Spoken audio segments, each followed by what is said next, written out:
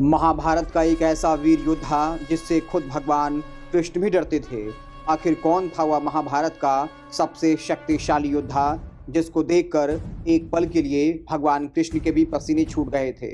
महाभारत का युद्ध जिसमें अनेकानेक योद्धाओं ने भाग लिया, सभी भगवान श्री कृष्ण से कम ही थे, लेकिन एक ऐसा योद्धा था जिससे भगवान श्री कृष्ण भी डरते थे।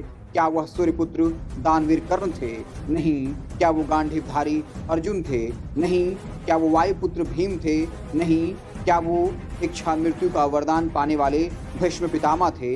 बिल्कुल नहीं। तो आखिर कौन था वो योद्धा जिससे भगवान श्री कृष्ण भी डरते थे? दरअसल वो की और नहीं, महाभारत को महज 3 बाणों में ही समाप्त करने का सामर्थ्य रखने वाला भीमपुत्र घटोत्कच और अहलावती यानी नागकन्या का पुत्र बर्बरीक था। अब आप कहेंगे कि बर्बरीक क्या सचमुच इतना शक्तिशाली था कि भगवान श्री कृष्ण भी उनसे डरते थे? बिल्कुल आपने सही सुना, भगवान श्री कृष्ण भी एक पल के लिए उनसे डर गए थे। इसके पीछे पूरी कहानी क्या है आइए आपको बताते हैं। बर्बरीक बचपन से बहुत ताकतवर था, और हो भी क्यों ना, जिसके दादा खुद भीम हो, जिसके पिता मायावी घटोत्कच हो, तो वो शक्तिशाली होगा ही। बर्बरीक ने बचपन में ही भगवान वाल्मीकि की तपस्या कर उन्हें प्रसन्न कर दिया था, जिसके चलते उन्होंने बर्बरीक को 3 बाण और एक धनुष दिया था। यह बाण अपने लक्ष्य को भेद कर वापस आ जाता था। यह बाण इतने शक्तिशाली थे कि तीनों लोगों पर विजय प्राप्त कर सकता था। इन बाणों की वजह से ही बर्बरीक को 3 बाणधारी भी कहा जाता है। अपनी माँ से शिक्षा उन्हें मिलती रही और वो युद्ध में सदैव सेना के आगे खड़े रहे। महाभारत के युद्ध के बारे में तो आपने सुना ही होगा। जब महाभारत का युद्ध छिड़ा तब बर्बरीक ने भी अपनी माता अहलावती से आज्ञा ली और फिर वीर बर्बरीक घोड़े पर सवार होकर निकल पड़ा। भगवान श्री कृष्ण ने अपनी दिव्य दृष्टि से देख लिया 3 बाणधारी घटोत्कच पुत्र बर्बरीक आ रहा है। उन्होंने फौरन ही एक ब्राह्मण का वेश धारण कर लिया और वीर बर्बरीक के सामने प्रस्तुत हो गए। बर्बरीक को सामने देखकर अचानक ही वो हंसने लगे। बर्बरीक ने जब हंसने का कारण पूछा तब भगवान श्री कृष्ण ने कहा कि बालक, सिर्फ 3 ही बाण, वो 3 बाणों से युद्ध लड़ोगे? इस पर बर्बरीक ने उत्तर दिया, पूरे युद्ध की समाप्ति के लिए बस एक ही बाण काफ़ी है। यदि तीनों बाण चला दिए तो तीनों लोगों में तबाही मच जाएगी।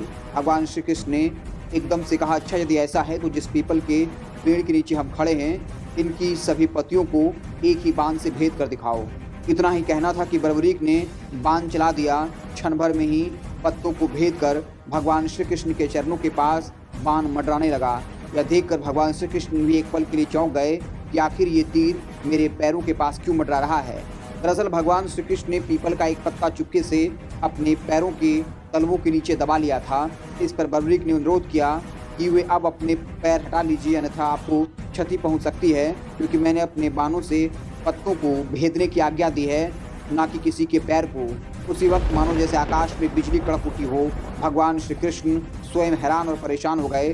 उन्होंने अपनी दिव्य दृष्टि से सब कुछ पता लगा लिया था कि वो हारने वाली सेना की तरफ से ही युद्ध लड़ेंगे, और अगर ऐसे में कौरवों की सेना हारती है तो वो कौरवों की सेना की तरफ से युद्ध लड़ते, और ऐसे में पांडवों का विनाश होना तय था। वहीं अगर पांडव हारते तो वह कौरवों की सेना का विनाश कर देते, और ऐसे ही पूरी महाभारत में जितनी भी सेनाएं होती वो सबको अकेले ही निपटा देते। ऐसे में महान बर्बरीक का स्वयं भगवान श्री कृष्ण ने शीश मांग लिया, और उन्होंने भी हंसते हंसते अपने शीश दे दी। तो इस बात से अंदाज़ा लगाया जा सकता है कि जब खुद भगवान श्री कृष्ण हैरान, परेशान और भयभीत हो जाएं तो इसी का मतलब यही है कि महाभारत का सबसे भयानक और सबसे महत्वपूर्ण और सबसे शक्तिशाली योद्धा कोई और नहीं बल्कि 3 बाणधारी बर्बरीक ही था।